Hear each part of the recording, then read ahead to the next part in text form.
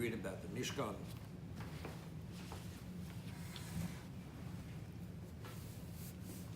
factually speaking, is a principle in Mugdal Mucha Torah that the sequential order in the Torah is not necessarily based on sequence, because factually the Chet HaEgel, the sin of the golden calf, had preceded the building of the Mishkan. The Mishkan itself was meant to be an atonement, a kapara, for the Chet HaEgel, the sin of the golden calf.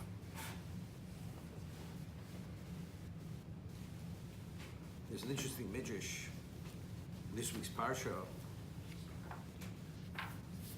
regarding the gold that was needed for the Mishkan and all the materials.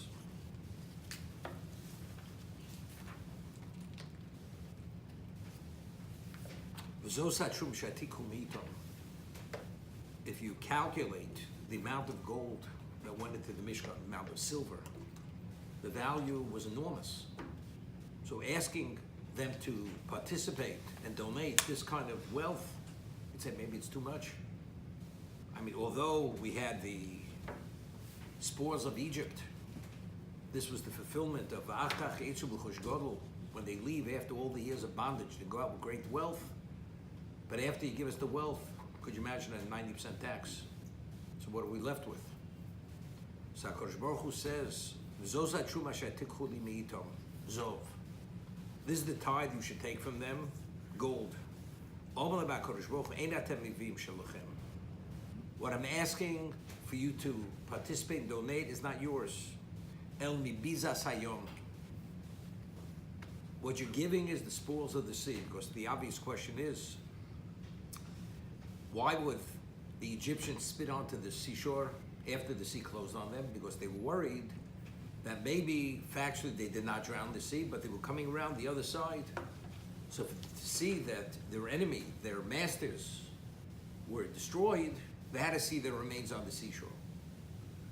But when Hashem had the sea spit out the Egyptians, it was not only Egyptians, it was the chariots with all the gems and the gold that bedecked them. That could have remained in the sea. Why did he have them spit out? Right? If their only concern was the worry, it would have been enough for them to see the remains of the enemies or the chariots. Why all the wealth? And Chazal tell us that the Bizas Hayam, the spoils of the sea, were even greater than the spoils of Egypt. So if that's the case, why? The answer is this midrash. The reason why Hashem had given us the spoils of the sea was lo mishalachem ani mevakesh. I'm not asking you should give of your own. The spoils of the sea were given to you specifically because there would be a need for a Mishkan, and to participate in this degree of wealth that you shouldn't feel that I'm depleting you. Therefore, I'm asking you to give that gold.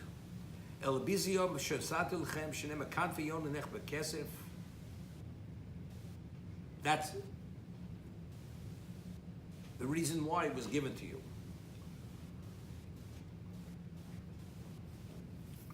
We find that by the Chet HaEgel, as we will read in Parshas Kisisa, Aaron tried somehow to delay and to stall them till Moshe returned, because it was a miscalculation. They had counted 40 days, but their counting wasn't really correct. So they believed Moshe should have returned. He didn't return. And as Rashi says, Chazal, that Satan had turned the world dark, and he had shown in the sky how Moshe's remains are being carried on a bier, and that he had died. And therefore, that was the moment they said, let us make a golden calf. That's what happened. But it was miscalculation. But Aaron understood it was miscalculation, so he tried to delay them. He says, I will build the altar. I will gather the gold. He figured until they give the gold, take a while. Until you construct the egel, the gold calf. So Chazal tells there were two sorcerers of Egypt, and within moments, they had the what? They had the gold calf made. And within a moment, the gold was given. They had given it almost instantaneous, the gold. Whenever we speak about a kapara, you always have to have, to the degree that you had done the sin to the same degree to correct it, you have to do the mitzvah. That means with the same immediacy, with the same alacrity, with the same zeal. So how quickly did they gather the gold for the egel? Instantaneously. How quickly was the gold given for the Mishkan? Within no time, all the materials were given, to the point, as we saw, that the Nesiim, the princes, were nearly left out.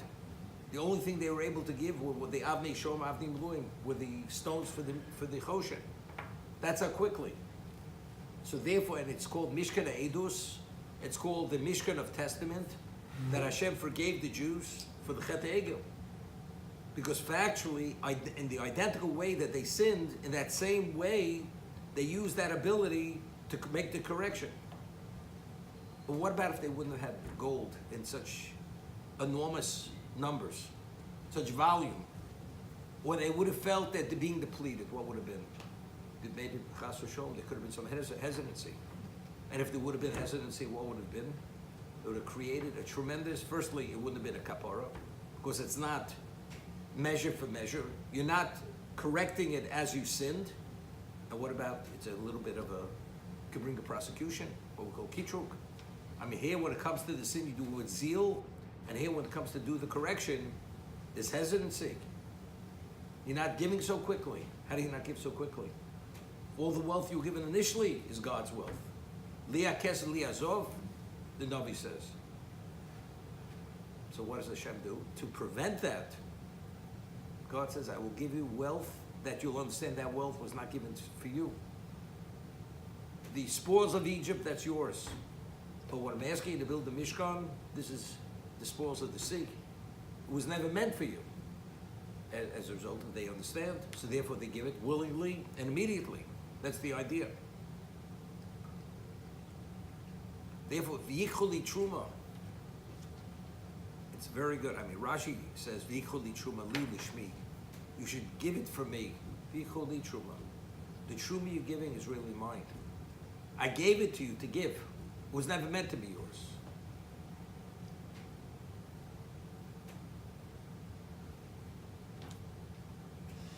So it's interesting. A person is given a certain amount of money, and he's told that 10% should be given to charity. And is given initially with that in mind, that the recipient should give 10%, 20% to charity. But you realize once the person has it and possesses it, it's not so simple. Not so simple to give it away. Because you believe, I earned it. Even though the one who had given you the money, who purchased the goods, he gave you the extra amount, so you should have some extra to give away. But the person says, yeah, but I earned it. I created that wealth. No, you only succeeded because, one said, there was Chazal tell us that one's yearly stipend is determined from Rosh Hashanah to Rosh Hashanah. So what you earn, it was determined by Hashem, that's what you should earn. Not a cent more, less yes, because again, you have to be worthy to receive whatever was designated to be yours. But we believe it's ours. We created it. It's Liah Kesed Liah Zov. It's an endowment. God gave you the endowment. Now it's up to you to process exactly how it came to you and what you're going to do with it, how you're going to expend it. That's the challenge of life. There was this person. He had a son who he had taken into business with him, and his son had a very low sense of self, low self-esteem, no confidence. So he wanted to build his son's confidence. So what did he do? So he says to his son, and he saw, unless his son addresses this deficiency in himself, he's not going to succeed in life. So he goes and says, I want you to go meet a client, but rather than taking a car there, I want you to go by foot, and I will give you the exact route to walk. And the father goes and he lines every 2 feet the route with a $100 bill. And it's about a 3-mile walk. He walks, every 2 feet he walks, he sees another $100 bill. Picks it up. By the time he arrives, he has tens of thousands of dollars. So what does the son feel? This is my lucky day. Well, evidently I have what? I have the Midas touch. Wherever I go, I succeed. So the father built the confidence, but little did the son know that the father planted the $100 bills on that whole route to give the son that sense of confidence. It's no less with HaKadosh Baruch Hu. God gives us everything we have, every opportunity that we succeed. You have two people of equal ability, or one even more than the other. The person who's not a fraction of the other person, whatever he does, he succeeds. The other person who's endlessly more talented, more intelligent, more capable, can't earn 2 nickels. Can't. What's going on? One person, God gifted it to, the other person, God didn't gift it to. So how does the person process it? The one who succeeded. Does he think he's smarter than the other person? Not a question. Well, evidently I have something the other person doesn't have. Yeah, maybe because our coach wanted you to have it, but that usually doesn't come into the equation. And even if it does, but I also, it's something to do with me. So therefore, because it's something to do with me, therefore that's why I succeeded. He doesn't have that element or whatever it is, and therefore he did not succeed. That's why people process things. Be koli truma is not a question. Once mentioned that the mitzvah bikurim, a person has an obligation to bring the new fruits, and he has to make a declaration. And the declaration is an expression of gratitude, paying a debt of gratitude for all that Hashem had done for us from the time when Yaakov had escaped from the house of Lavan, where if Lavan could have destroyed him, wanted to destroy him, Hashem didn't allow it. Went to Egypt, we came out of Egypt, we came to Canaan, and this is the produce of the land that you gave me. This is from the land that you gave me. That's the declaration a person says. So the Medrash says, there's one opinion. What about the produce of the Transjordan side, what we call Ever Yarden? What they had conquered, the territories of Og and Sichon, on the other side of the Jordan. What about bring produce? Although it has a status of Eretz Yisrael, do you bring produce? Could you bring the bikurim, the new fruits from that side? So it says, Ha'adama shenosatali, the earth, the land that you gave me, to exclude Ever Yadon shenotul miatzman, that they took themselves. That God didn't give them. That's the midrash. That's the opinion. God didn't give it. You have the whole story in the Torah. The 2.5 tribes, two tribes come to Moshe, we want to stay here, we need the grazing land for our herds and our flocks and so on and so forth. So Moshe says, I have to consult with Hashem. Hashem says yes, and there was a condition, if you cross to conquer the land with your brothers, you can have it, if not, you can't have it. So God only allowed them to have it, only because Hashem allowed them to have it. So God did give it to them. So what do you mean? The land that you give me to exclude the land that we took ourselves. Even even the Transjordan side, God gave him. So how do we understand the simple understanding? The answer is very simple. God is saying you must give the first fruits as a debt of gratitude. When a person owes money, he understands he owes the money he has to pay. Because he understands he fully owes that money. And if the person would have given to him, he wouldn't have it. Therefore, if he's a person of integrity, he gives it back. What about, it's not so simple, if he has that debt, that makes it more difficult to give back. Maybe I don't know you, maybe you owe me.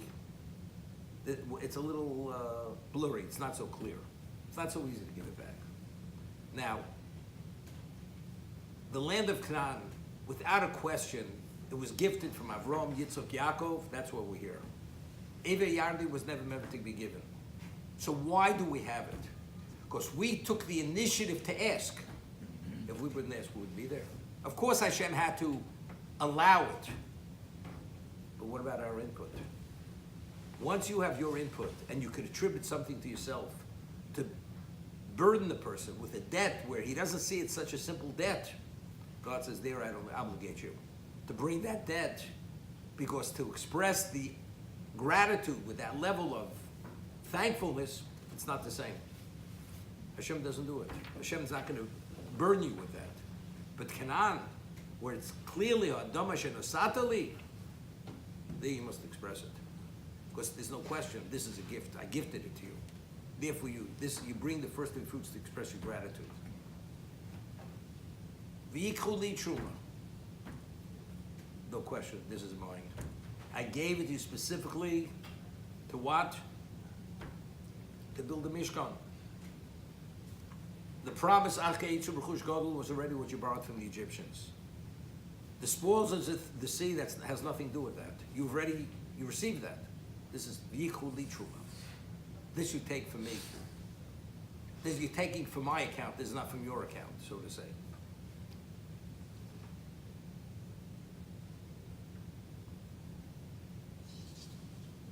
But it's interesting.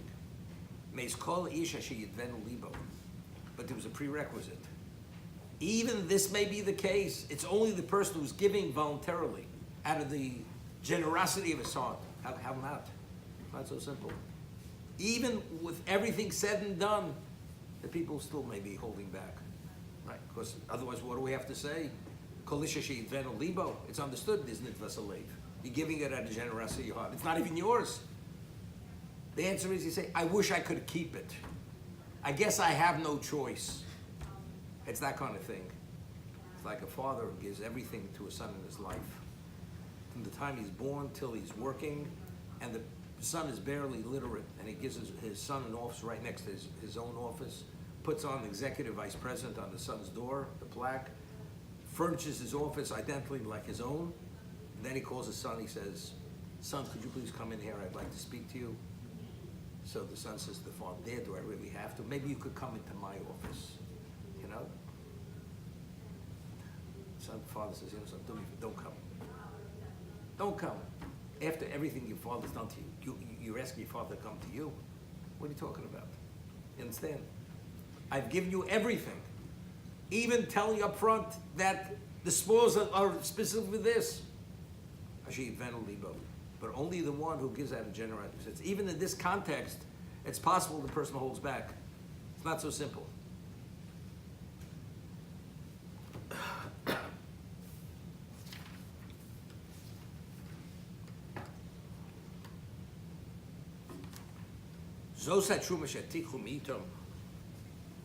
This is the tithe that you must take from them. Gold, silver, and copper. And various wolves dyed various colors. Then it says, Oros elim odomim, hides of rams that are dyed red. Oros tchoshim, atzeshitim, shemen lamor. Oil for illumination. So the Midrash tells us, Zov corresponds to the exile of the Babylonian exile. To Nebuchadnezzar, he was the Babylonian emperor. Because Daniel, in his dream, had seen Bavel, which was the first exile. They destroyed the first Beis HaMikdash. He's referred to as Reshid Dahavo, the golden head. Kesef is Parasamon by the Persians, the beads, because Haman had given 10,000 talents of silver, a bullion to Ahasuerus to seal the fate of the Jews, to annihilate them. Nechoshes is copper, which is least. That refers to Yavon. To the Greeks, Ors El Modomim, the red dyed hides of the rams. Red is Edom, which is the final exile. Shemen L'Ma'or, the oil for illumination. The oil for illumination, this is Or Shel Mashiach. Ultimately, they're all going to be destroyed by the Mashiach. So over here,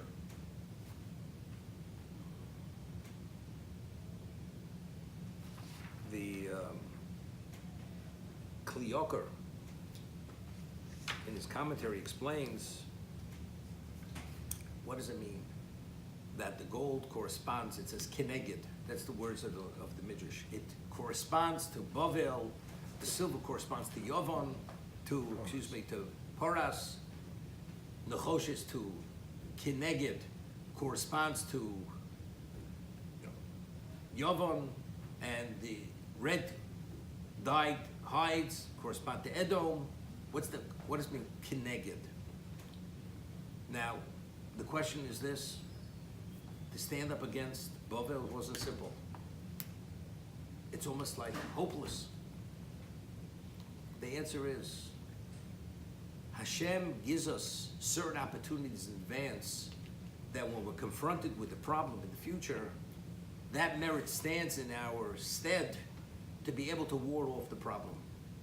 How do you survive a Bavel? How do you survive a Paras? How do you survive a Yovan? How do you survive this exile, which is 2,000 years of Edom? How do you survive it? You know how you survive it? Because when we built the Mishkan, the gold, in the merit of giving the gold, that counters the Bavel. Even though we went to exile, even though there was a decree to annihilate us, because we gave the silver, that counters the Paras, it counters the Amalek. And because we gave the copper, that counters the Greeks. And what about the 2,000-year exile? That's countered. We gave ram's hides that were dyed red. So the word kineged, that counters it. It doesn't mean it corresponds, it counters it. That's the way he learns. Because he says the Medrash, when it comes to the Shem and Lamor, it doesn't say kineged. And it says, and how will we resolve all this? Oral Shel Mashiach, the illumination of Mashiach. That's how it happens. That's how he explains this. Not that there's a representation of each one. So I was thinking, we learn how the Torah juxtaposes the building of the Mishkan to the Torah prohibition of doing creative activity on Shabbos. Right. Now, what is the association between the Mishkan and Losasko Malocha? That you're not permitted to do creative activity on Shabbos. So the Gemara says that the 39 creative activities that you're not permitted to do on Shabbos and the subcategories, it's learned from the Mishkan. That whatever creative activity that was needed to build the Mishkan, that's what you're not permitted to do on Shabbos. Why? What relevance does the Mishkan have to do with Shabbos? So we once had spoken about this. There's a Midrash. The Midrash says that the Mishkan was a microcosm of creation. That everything that was in creation is represented in the Mishkan. For instance, we have the heavens were created, and we had tapestries in the Mishkan. It says, Nota Shomayim Kayuriyo. They were Urios. They were curtains. Hashem spread the heavens like a curtain. Hashem said, Yikovu Amayim. Let the water gather and the dry land be seen.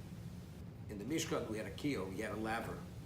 The water was contained within the laver. So that corresponds to Yikov Amayim. And the Midrash goes through every one of them to show the corresponding factor to creation.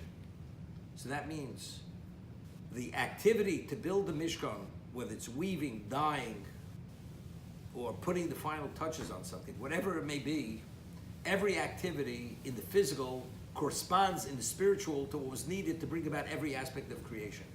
That's what it was. Now, so the Mishkan is the equivalent of creation. Now, in creation, we find at the beginning of creation, the Torah says, Bereshis bara Elokim Shamayim v'Haaretz. And initially, in the beginning, God created heaven and earth. Now the Torah describes what was initially, how did the existence, in what form did it come about? Haaretz hayah tohu vavohu. There was tohu vavohu, emptiness, chaotic, v'choshech al pnei som, and there was darkness over the deep waters. V'ruach Elokim rachev al pnei hamayim. The Spirit of God was hovering over the water. So the Medrash says, the Yalkut says, that tohu zebavel. That's like supposed to. That corresponds to the exile, the Babylonian exile. Vo, that is Poras. Choshech, darkness, that's Yovan, because they blacken their eyes with their decrees. Tahom, that's Edom, because it's just like they told me, the deep waters, there's no end to the depth of the ocean. There's no ending to this exile. It's the longest exile. V'ruach Elokim rachav sal pnei hamayim. The spirit of Mashiach is hovering over the water, because in what merit will Mashiach come? In the merit of tshuva, that it says Shivchi kamayim libech. Your heart will gush forth with water, meaning tshuva. So now, creation itself, how did God create creation?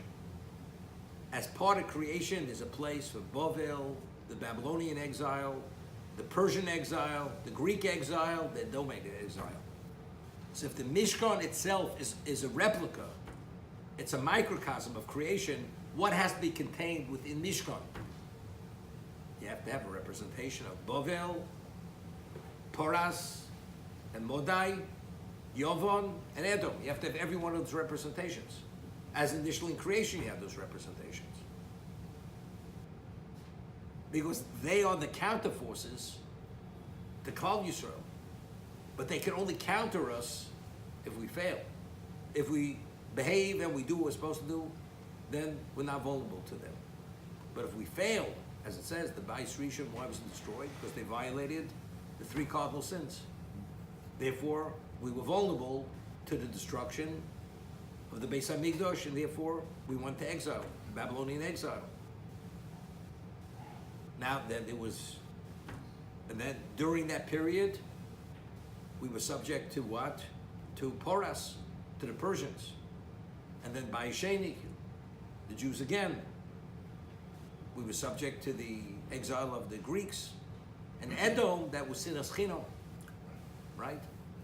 Because there was unwarranted hate, we destroyed the second Beis HaMikdash. But those were the vulnerabilities, why we were vulnerable. But again, that's part of creation. Now to talk about, which we spoke about earlier, and the Ramchal speaks about this at length, we find that, we just said Borchi Nafshi today for your Chodesh, what is the nighttime period? Nighttime period is an ominous period. It's the time for the nether forces. All the predators, the animals that could destroy humanity, they prowl at night. Why not during the daytime? The answer is, we have an existence. The world has to exist. You have a civilization. And where are they? They're in the deserts. They're not in the inhabited locations. But why do they exist? Because whenever you have something positive, you always have a representation of negative. There's always a counterbalance. Night is impurity, day is purity. There's always the counterbalance. So in creation, if there's good, there has to be evil. Of course, the evil is by choice. They chose to be evil. That's Bavel. That's the counterforce to us, to Klal Yisrael. Poras is a counterforce to Klal Yisrael. Yovon, the Greeks, as we say in Al Anisim, what did they try to do to us? They tried to destroy us because we weren't willing to accept their beliefs. Shom B'Yad Tzadikim, Ram Miyad Mi'atim. This was the battle of the Chashmonoim. Edom, V'Yadayim Yedei Esav. Because if the cold is not called Yaakov, then the Yadayim is the Esav, then we become vulnerable to them. They are the counterforce. The Gemara says if anybody tells you that Edom, Rome is destroyed, and Yerushalayim is in glory, you can believe it. And if anybody tells you Yerushalayim is destroyed and Rome's in glory, you believe it. If anybody tells you they're both in the glory, don't believe it. Because it's only when one rises, the other one falls. Because again, that's the counterforce. And the only way it could counter the other is only if there's some kind of deficiency in the other force. But if the Jew does what he should do, then he's impervious to any of this. There's nothing to worry about. We become invincible. We can't be touched. Where do we see this so clearly? The Gemara tells us in Yuma that because during the period of the first Beis Hamikdash, first temple, a good part of that time, the Jews were idolaters. We read in the Navi about the Baal, the prophets of Baal, all during that period of time, and it ravaged Klal Yisrael. So the Achi Knesset Gedolah, the men of the High Assembly, at the beginning of the Second Temple period, they decided they're going to pray and they're going to fast that Hashem should give over into their hands the evil inclination for idolatry. Because the Gemara tells us that the evil inclination for idolatry was more consuming than the sexual drive. That's how consuming it was. We have no relevance to even understand what that is, but that's what it was. And it's only because Hashem allowed them to destroy it, to take it, and to capture it. That's why today we don't yearn and we don't have that need, crave for idolatry. We don't crave for idolatry like we crave for many other things. Now, as it says, they prayed and they fasted, and then they saw a lion made of fire coming out of the Kodesh Kadoshim. And that was the Yetzer Hara of Avodah Zarah. That was the evil inclination represented. Could you imagine? The Holy of Holies where the Kohen Gadol goes in Yom Kippur, where if he has any distraction of thought, he dies immediately. That's the level intensity of the holiness of the location. From that location, the evil inclination, its representation, comes out, a lion of fire. But that evil inclination, what does it represent? Everything which is the antithesis of God's presence. It's paganism. No, it has to have that same intensity, that same power. It has to come from the same, its representation has to be there. And that only because it comes from the same intensity of power, that's why it's a force that has to be contended with. And that's why it is a counterbalance. Otherwise, it's not a counterbalance. So the same thing. You have a Mishkan, Osli Midush Shechanti B'Socham. You have Zov representing Bovel. You have the silver representing Poras, the Persians. You have the copper representing the Greeks, and you have the colored, dyed red hides representing Edom for the same reason. But ultimately, there's going to be a solution. Shem and Lamor. That's Orish Mashiach.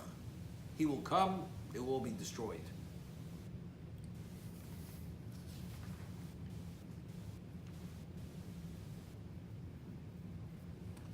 There's a famous Ramban. The Ramban writes that the Mishkan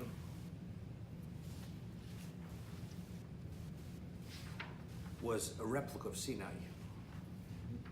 That whatever you find at Sinai, you find in the Mishkan itself.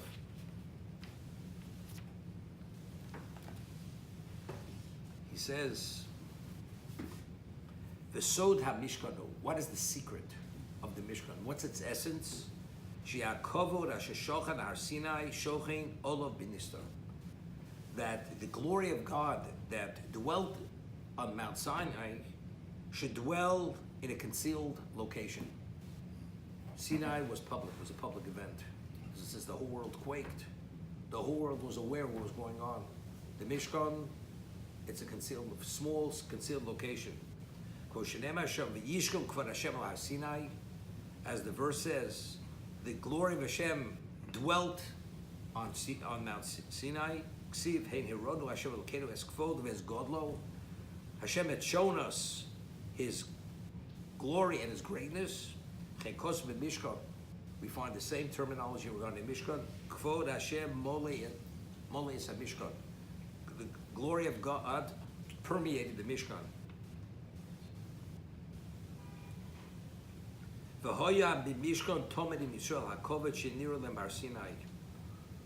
covet which they had at Sinai was continuously with them. It traveled with us. As God communicated with Moshe at Sinai, where did God communicate with Moshe? It says, it's on top of the cherubs, on top of the Oro. This is at Sinai, from heaven, God allowed His voice to be heard. Came a Mishkan Ksiv, Vayishma Sakol Midaber El Me'al HaKaporis. Moshe heard the voice of Hashem speaking from on top of the cover of the Mishkan. Mi bein shnei akruvim, vayidaber elov. V'nichba vayidaber elov la'agid masho. Omro b'kabolo she'yakol bo ben hashemayim. Where did the voice? It came from Shemayim. Moshe, and then it passed through the cherubs on the cover of the Orel. Ki kol dibur em Moshe yemin hashemayim b'yom v'nishim bein shnei akruvim. Kederech udvar shematoch eish. It says your words were heard from within the fire. What's gold?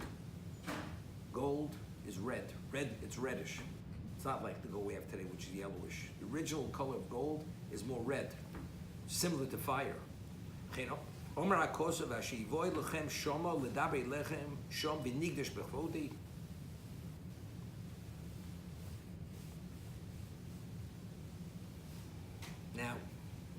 there was a question asked the beginning, Vayikra, Rashi cites Chazal, that it says the gods called Moshe from the Mishkan.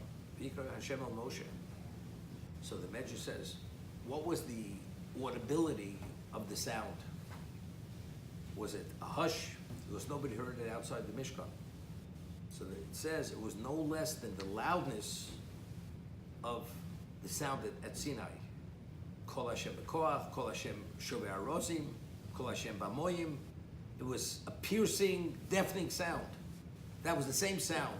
So why did you hear it outside the Mishkan? Because it went only till the Mishkan, till the confines of the Mishkan, and did not go beyond the walls. It stopped there.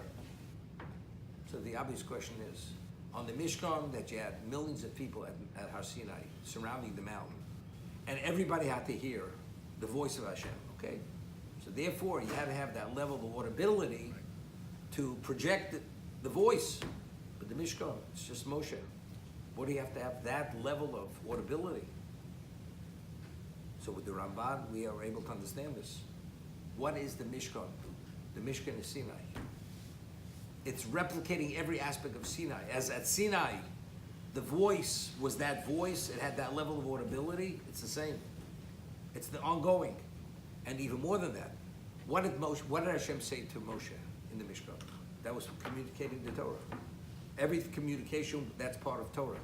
Torah shebechsav, Torah shebal peh, the written and the oral law. So in what context did God give the Torah to Klal Yisrael? Kol Hashem b'koach, Kol Hashem shovei arozim. It was the most powerful sound. So if that's the case, and that's why it's a replica, because it's an ongoing Sinai. As long as Moshe was alive within the Mishkan, that communication was an ongoing Sinai. So everything had to be identically the same, because it had to have the same effect and the same value as Sinai itself.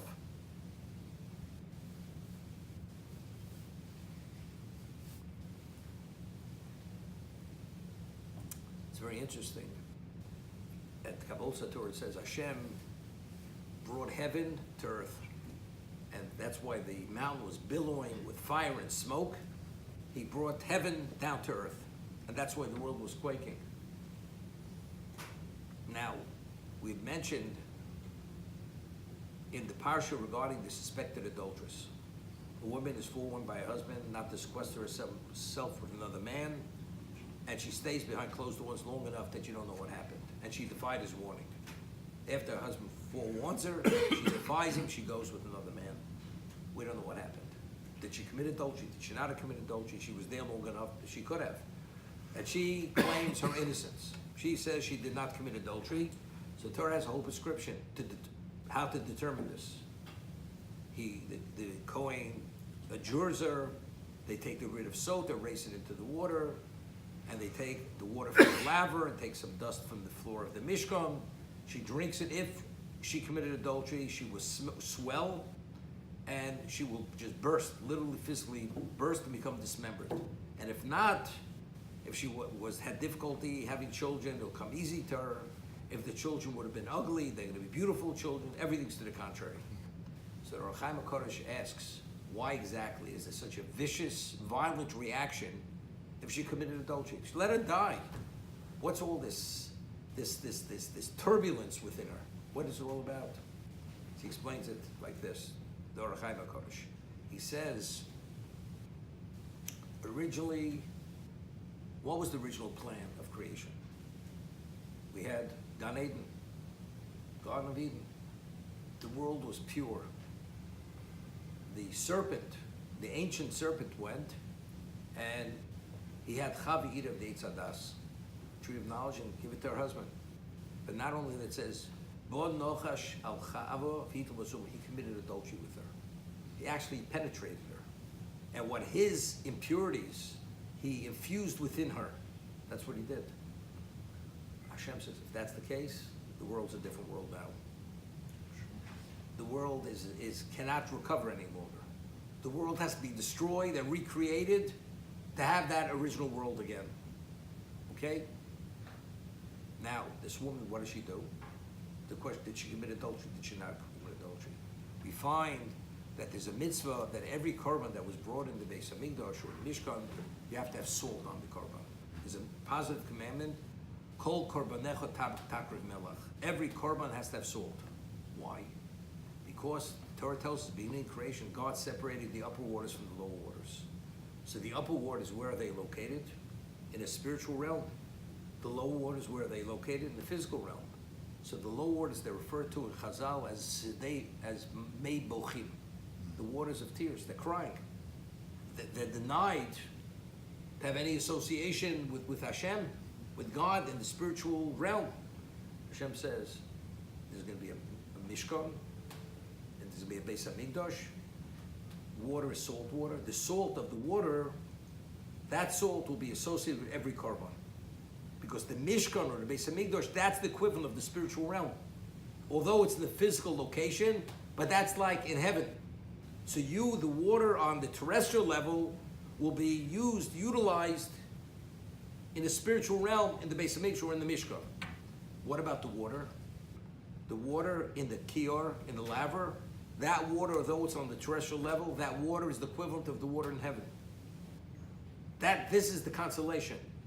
Or even more so, because that is the purpose of creation, is the Mishkan, and the Klal Yisrael have a Beis Hamikdash. Moshli Migdash Shechanti B'Socham. That's what it is. So what happens now? The woman may have committed adultery. If she committed adultery, what happens? The Shekhinah says, I'm out of here. So how does the water react? That means the water right now is in the spiritual realm, although it's on the terrestrial level. But if Klal Yisrael, the women commit adultery, God forbid, what does the Shekhinah say? It's replicating the Chet, the original sin. Originally, where was the Shekhinah? It was on the terrestrial level. God said, I'm out of here. So what does the water do? It reacts violently to the woman. The woman has a violent reaction with her, and she's like torn apart. She's dismembered from this. Between the earth, the sand, the dust of the Mishkan, and the water, that's what happens to her.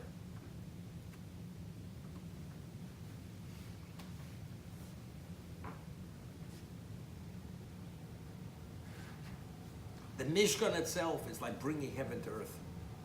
As over there, the Shekhinah in the Mishkan and the Beis Hamikdash, the divine presence, it's like being in the spiritual realm. As we see, Ramban says that's exactly what it was. So what happens in Chas v'Sholom? The Shekhinah leaves. So there's no longer Sinai. Once the Shekhinah departed from Sinai, it's just a rock. It was transferred into the Mishkan. What happens when the Shekhinah leaves the Beis Hamikdash? It's nothing. It's just a relic. That's all that's left. So that's what happens. So we see again, you see exactly what the Rambam says. It was really a replication. As that Sinai was heaven on earth, the Beis Hamikdash was heaven on earth.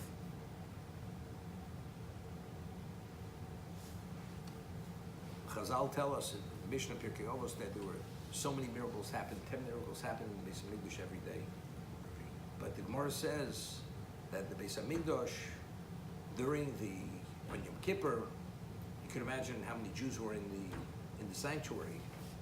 So there were so many Jews that they were packed so tightly. When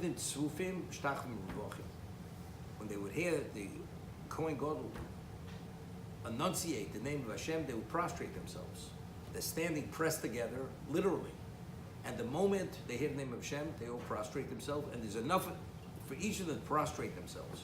that there's even space from one person to the other, that when he confesses, he can't hear his fellow confessing his sin. How's it possible? If you stood out the outside, did you see the walls expand? Walls didn't expand. So what went on over here? A miracle. What is the miracle?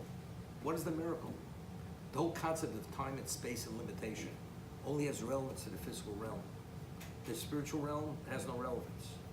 So if the Beis HaMikdash is the equivalent of heaven on earth, is Sinai, what is that? It may be a physical mountain. The material may be physical, but what's its dimension? Its dimension is what? Is a spiritual dimension. So if that's the case, there's no limitation. So when they had to bow, there's enough room to bow. Because the whole concept of time and space has no relevance to that location. So again, you see the same thing.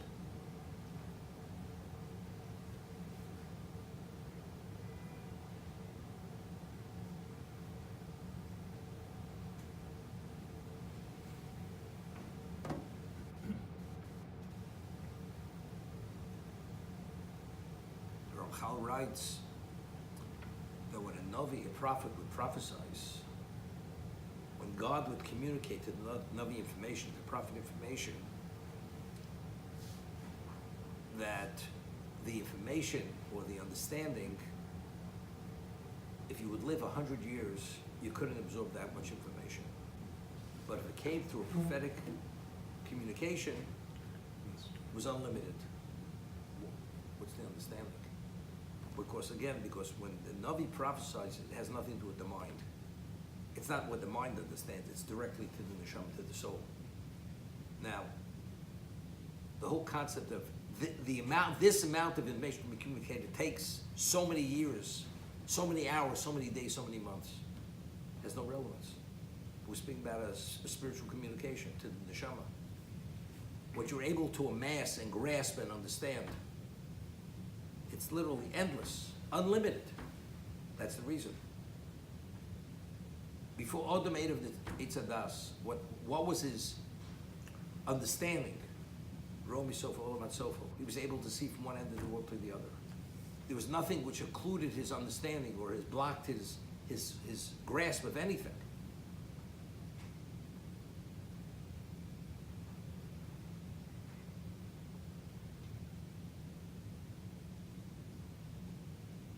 Moshe Rabbeinu wanted to go into Eretz Yisrael. Hashem says, "You're not going in." But he says, "I want to go in to see the land, to see the land." So the Sefarno says, why did he want to see the land? Because Moshe's ayin tova, his good, was one of a kind. Anything he put his eye upon was bracha. Bilam was the antithesis of ayin ra, is Bilam, evil eye. Whatever he put his eye on was a curse. Moshe Rabbeinu wanted to see every bit of Eretz Yisrael, to be able to see it, and when he sees it, his eye being on it, that will give it the ultimate level of bracha. So Klal Yisrael should be the ultimate beneficiaries of his ayin tova. That's what he says. I want to cross over to see the land. Hashem says, you know something? I'll allow you to see it, but you're not crossing over. And he saw it. How could you see it? The mountains, there's beyond your physical ability to see. Moshe Rabbeinu was able to see it. Did he have X-ray vision? How did he see it? He said, yeah, it's a miracle. Moshe Rabbeinu was such a spiritual person. He wasn't subject to limitation, Moshe Rabbeinu. Right? We see the Torah goes and identifies him that he lived 120 years. You'd say, man, 120 years, he's withered to a degree. Right? It says, Lokosa Eno. His eye wasn't weakened. His eyesight was perfect. Lo Noslecho. His vibrancy was not in any way diminished. His power. How's it possible? First of all, the Maral asks what the Torah is giving us a physical update on Moshe Rabbeinu. What is physical? What difference does it make? What the Torah is telling us, he was not diminished.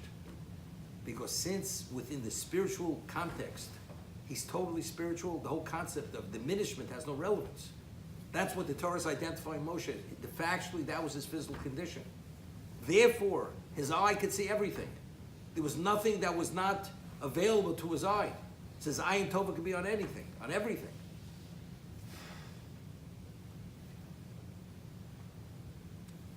We'll stop here.